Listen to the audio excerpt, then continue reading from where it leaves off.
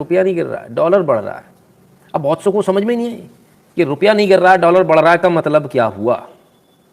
कमाल के लोग हैं साहब, कमाल के, और लगे वो अपना ज्ञान बांटने।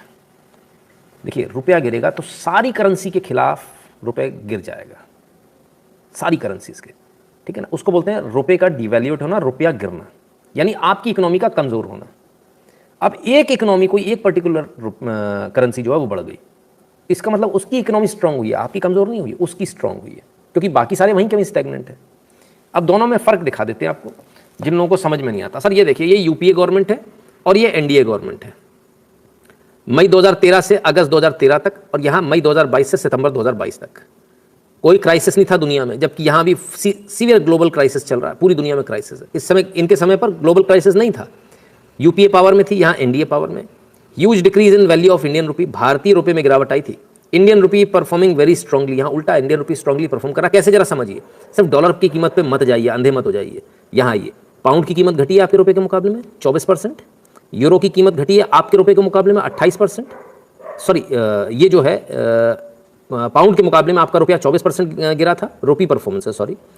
तो ये पाउंड के मुकाबले में रुपया गिरा था इनके ज़माने में 24%, यूरो के मुकाबले में गिरा था 28%, येन के जापानीज येन के मामले में गिरा था 30%, चाइनीज रिम्बिनी के मामले में गिरा था 31%, यूएस डॉलर के मामले में गिरा था 25%। सारे के खिलाफ में गिरा था, किसी से भी कंपेयर कर लीजिए, सबके खिलाफ गिरा था। जबकि मोदी सरकार में इसके विपरीत हुआ है, पाउंड के मुकाबले रुपया स्ट्रांग हुआ 6%, यूरो के मुकाबले रुपया स्ट्रांग हुआ 4%, जापानीज येन के मुकाबले 11% स्ट्रांग हुआ है, और चाइनीज रिम्बिनी के मुकाबले 1% स्ट्रांग हुआ, यूएस डॉलर के मुकाबले 6% कमजोर हुआ। यानी यूएस डॉलर बढ़ा, बाकी करेंसी के खिलाफ में हमारा परफॉर्मेंस बहुत बेहतर है, बाकियों के कंपैरिजन में हमारा परफॉर्मेंस बहुत बेहतर है, हमारा रुपया उल्टा स्ट्रांग हुआ है।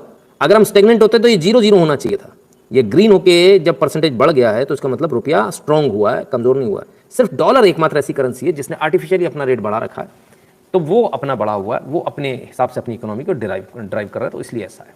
ठीक है ना, क्लियर है, समझ में आ गया। रुपये और इसका किसी के मन में कोई संशय तो नहीं। अगर रुपया कमज़ोर हुआ होता तो सारी करेंसीज के अगेंस्ट में कमज़ोर होता ना, एक के अगेंस्ट में तो नहीं होता।